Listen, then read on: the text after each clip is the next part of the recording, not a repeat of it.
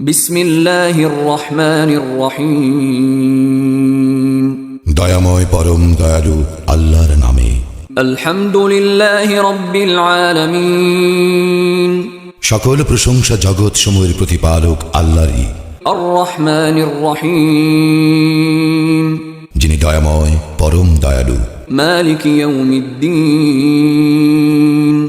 কর্মফল দিবসের মালিক। ইয়াকা না'বুদু ওয়া ইয়াকা নাস্তাঈন।